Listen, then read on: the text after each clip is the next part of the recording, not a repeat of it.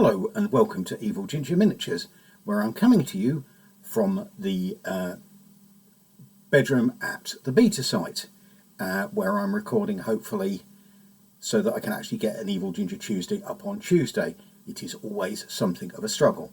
Well, hello and welcome anyway.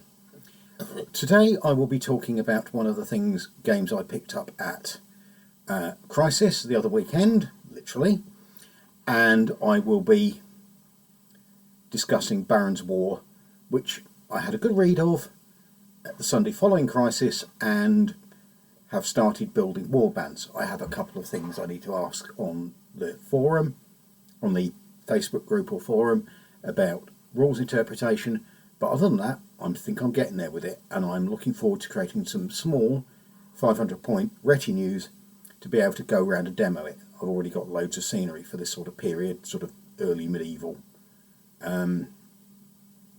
I'm also personally looking forward to adapting it slightly for the Anarchy, which is a very similar messy civil war that occurred earlier between Stephen and Matilda, and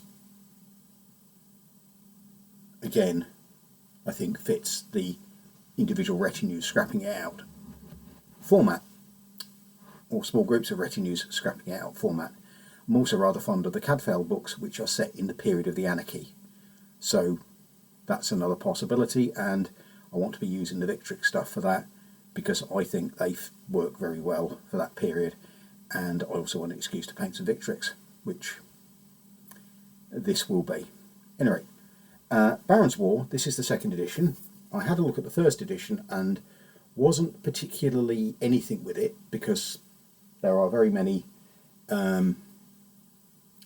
larger skirmish games, and this is sort of 30 to 40 miniatures on the table per side about, and it didn't stand out to me particularly.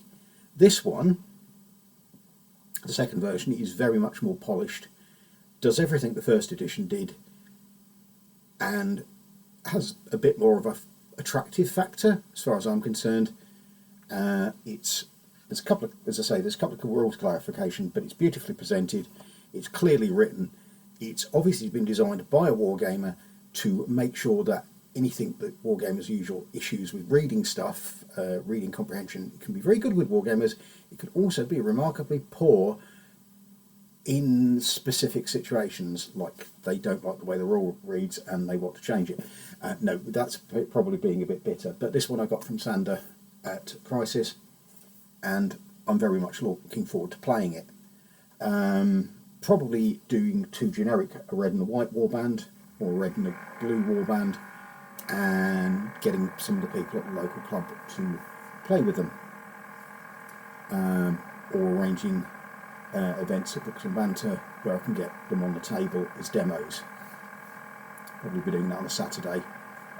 Advertisements for that will go up as and when, so I need to talk to Books and Banter about various things, and that would be one of them. Also, I hope to be able to stock the figures for these, because they're rather nice. I've seen the figures, but I've not actually done anything with them because I was effectively in the period where I was very low and didn't do anything at all, apart from feel very low and try and get myself out of it. It's a D10 system, and it's basically very similar in core mechanic to the classic GWD6 system, roll to hit, roll to wound. You get roll to hit, roll to defend, and a shielding roll, which is based on the size of the shield that you've got. There are modifiers on the dice rolls on each, and shooting and melee work in very much the same sort of way. Again, you're working dice pools. Leaders generate separate dice pools from the troops they're with, and separate dice pools are generated by the troops that the leader might be fighting to fight back. Combat is I go, you go, in that the initiator gets to attack, and then what's left of the defenders gets to attack back.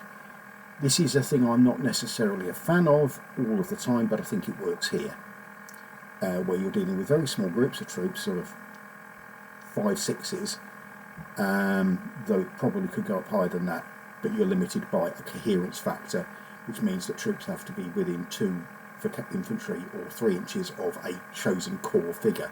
And you can change which out. It doesn't have to be the same figure, but you can fiddle around with it so it works. So effectively, the troops have to be in relatively close order, even the skirmishy types like archers and things. It's designed to run on a 3x4 table, so most of the ranges and movements are a bit shorter than you would expect, but it's scaled to fit the table, so you can actually manoeuvre on a small table rather than having a more realistic approach to movement and then having to use the 10b8 or something like that to get the space to manoeuvre in. It's scenario based, largely narrative, so the only time you're playing points is for building the forces, and the points seem to be more about the cost of the equipment that the people are wearing than their actual effectiveness in battle. So that's always a good thing, because I don't think point systems work terribly well when they come to balancing games, because in one game a unit might be useless and in the other game it might be a game changer, and you never know. It depends on the tactical situation. Classic example being an anti-tank gun in a game where there aren't any tanks on the other side. It's direct fire, not very good artillery, and you hope you've got some decent high explosives you can fire through it, but it's less effective and it doesn't justify the large points number, which presumes it's going to be killing tanks. But back to Baron's War, it's going to come, I'm building a spreadsheet because I struggle a little bit with the official retinue building software, mostly because I couldn't manage to create an account on it, and you needed an account to save retinues and things like that. I created a perfectly balanced, I thought, 500 point war game, which is the starter level, and discovered that I couldn't save it or turn it into a PDF or any of the other things. So I've fallen back on my old stable, which is Excel 2003, and I'm working out on there. I'll be publishing those Excel spreadsheets online so that people can see what I've done with them. Remember, it's 2003, so it's very, very basic as far as Excel goes.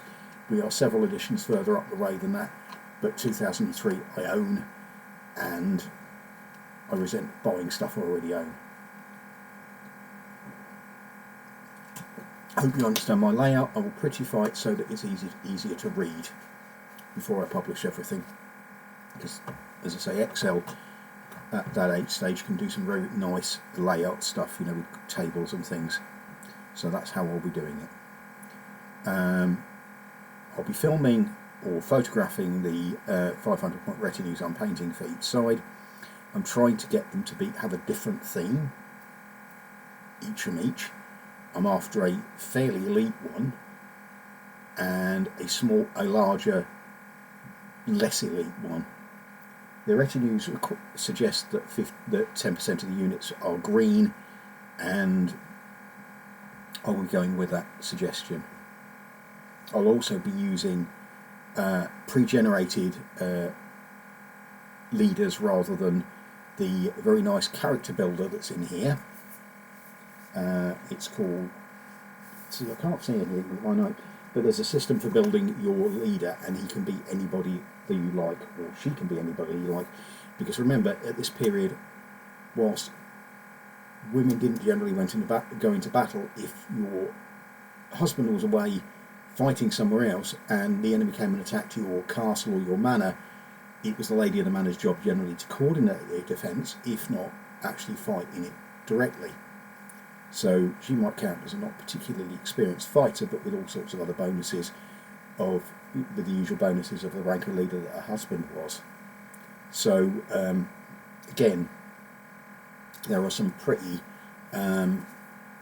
notable lady characters from this period, particularly the lady that held Lincoln Castle against the French and effectively told the French prince, Philip, was it Louis?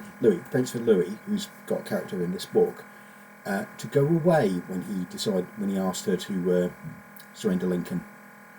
But this is something that's going to be coming to the channel, and you're going to see quite a bit of it on here and on the Etsy shop that I run. So I've got other things to do today, so this might actually be a fairly brief one, and I don't know what the timer is going on, because normally when I'm filming I have a timer off to one side, but this is on the old laptop like the old-fashioned way, and I'm having to guess how long this has taken and trying not to waffle too much. I've seen the 28mm range that Wargames Atlantic do for this, and whilst it's not perfect, I'm looking forward to assembling it. I might also add a few Fireforge bits, of which I've got quite a lot, into the mix, as they are contemporaneous, even if Fireforge is sort of northeastern Europe and their Central Europe stuff is a little bit later. And of course the Anarchy is all Norman looking, or more Norman looking. Anyway, I think I will leave it there. Hope you enjoyed it. If you do enjoy it, do the normal thing and comment and subscribe. And remember, I'm trying to get 500 subscribers and this channel monetized, so that my dear delightful editor can get involved more and I can pay him, because I don't mind doing this for nothing, but the poor man deserves his shilling, if you get my meaning. Anyway, take care and goodbye for now. Bye.